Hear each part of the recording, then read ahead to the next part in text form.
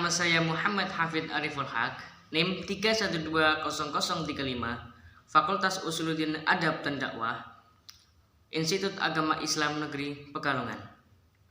Saya di sini akan sedikit menjelaskan tentang fikih ibadah, yaitu tentang pendidikan multikultural perspektif Al-Quran. Baiklah, langsung saja saya akan menjelaskan secara singkat tentang pendidikan multikultural. Yaitu yang pertama, pendidikan multikultural telah didefinisikan dalam banyak pandangan dan latar belakang bidang keilmuan seperti antropologi, sosiologi, filsafat, dan psikologi. Pendidikan multikultural lahir karena permasalahan manusia yang ditindas hanya karena perbedaan. Yang kedua, merupakan sebuah ideologi yang mengakui dan mengagungkan perbedaan dan kesederajatan baik secara individual maupun secara kebudayaan.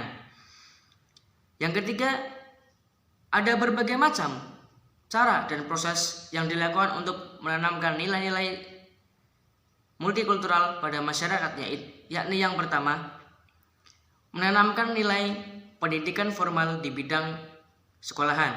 Yang kedua, mentaati segala peraturan yang berlaku. Yang ketiga, menjalin hubungan baik antara sesama masyarakat.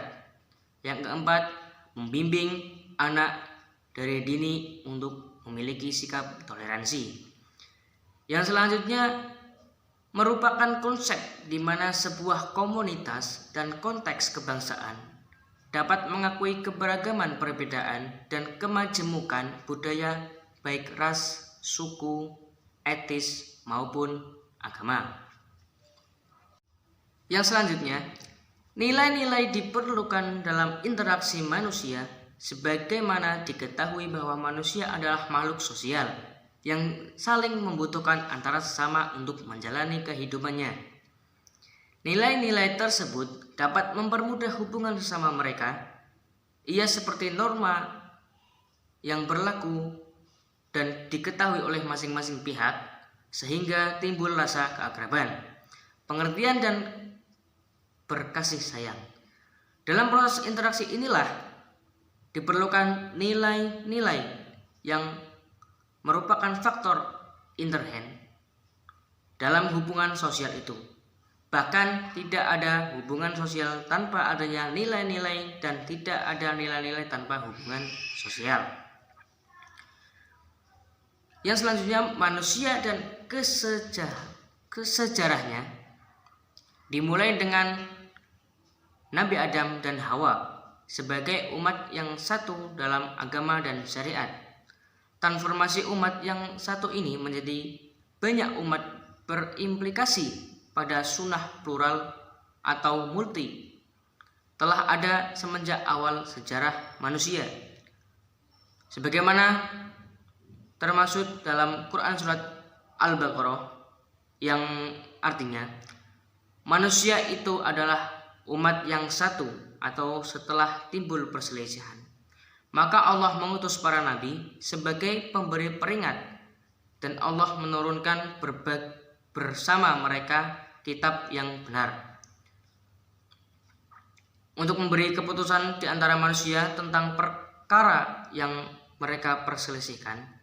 Tidaklah berselisih tentang kitab itu melainkan orang yang telah didatangkan kepada mereka kitab, yaitu setelah datang kepada mereka keterang-terangan yang nyata, karena dengki antar mereka sendiri. Maka Allah memberi petunjuk orang-orang beriman kepada kebenaran tentang hal yang mereka perselisihkan itu dengan kehendaknya, dan Allah selalu memberi petunjuk kepada orang yang dikehendakinya kepada jalan yang lurus. Yang selanjutnya, kemajemukan agama, etis, bahasa, dan adat istiadat merupakan kekayaan bangsa. Sebagai bangsa yang multikultural, Indonesia memiliki peluang untuk kehidupan damai dan harmonis dalam masyarakat. Yang selanjutnya, banyak dalil-dalil dalam Al-Quran yang membahas tentang pendidikan multikultural seperti Quran Surat Al-Hujurat ayat 13 yang sebagaimana besar artinya, Hai manusia, sesungguhnya kami telah menciptakan kamu dari seorang laki-laki dan seorang perempuan, dan menjadikan kamu berbagai berbangsa-bangsa dan bersuku-suku, supaya kamu saling mengenal. Sesungguhnya orang yang paling mulia di antara kamu di sisi Allah ialah orang yang paling takwa di antara kamu. Sesungguhnya Allah Maha Mengetahui lagi Maha Penyayang. Ayat di atas atau yang arti di atas menjelaskan bahwa tujuan diciptakan manusia ini dari segala perbedaan bangsa, suku, ataupun warna kulit, agama, bukan untuk saling bertikai, mengejek, mengolok, tetapi untuk saling mengenal dan saling tolong menolong. Berbagai macam pandangan ulama terhadap tata cara menghargai sesama manusia dan tafsiran maka mengimplikasikan pentingnya nilai dari kandungan Al-Quran agar diterapkan dalam kehidupan umat manusia. Dari pertimbangan-pertimbangan itulah yang barangkali perlu mengkaji dan direnungkan ulang bagi subjek pendidikan di Indonesia, salah satunya dengan mengembangkan model pendidikan multikultural, yaitu pendidikan yang mampu mengkomando sekian ribu perbedaan dalam sebuah wadah harmonis, toleran, dan saling menghargai, yakni ia merupakan suatu usaha yang disengaja dan terencana untuk membangun pengertian, pemahaman, dan kesadaran peserta didik terhadap realitas multikulturalis.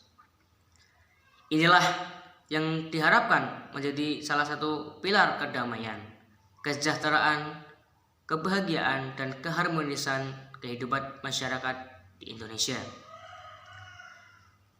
Keberagaman multikultural atau keragaman budaya pada manusia adalah sebuah kewajaran atau sunatullah yang telah diciptakan oleh Allah Subhanahu wa Ta'ala, dan dikarenakan sudah diciptakan berbeda-beda, Dia sudah memberikan cara yang berbeda-beda pula kepada manusia untuk menempuh kehidupan masing-masing, seperti sistem bernegara dan cara beragama.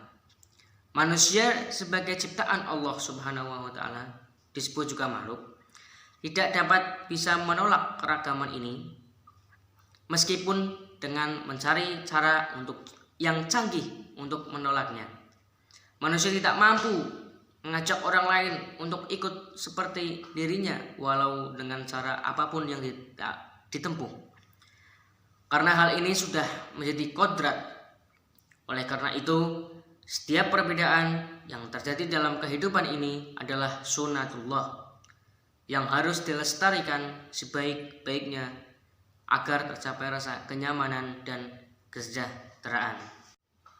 Adapun kesimpulan pada pengertian pendidikan multikultural di atas, yaitu bahwasanya multikultural adalah ideologi di mana di situ ada perbedaan antar ras, suku, budaya maupun agama. Manusia itu merupakan sunatullah. Adapun nilai-nilai pendidikan multikultural yang tercantum pada Al-Quran, salah satunya yaitu surat Al-Hujurat ayat 13,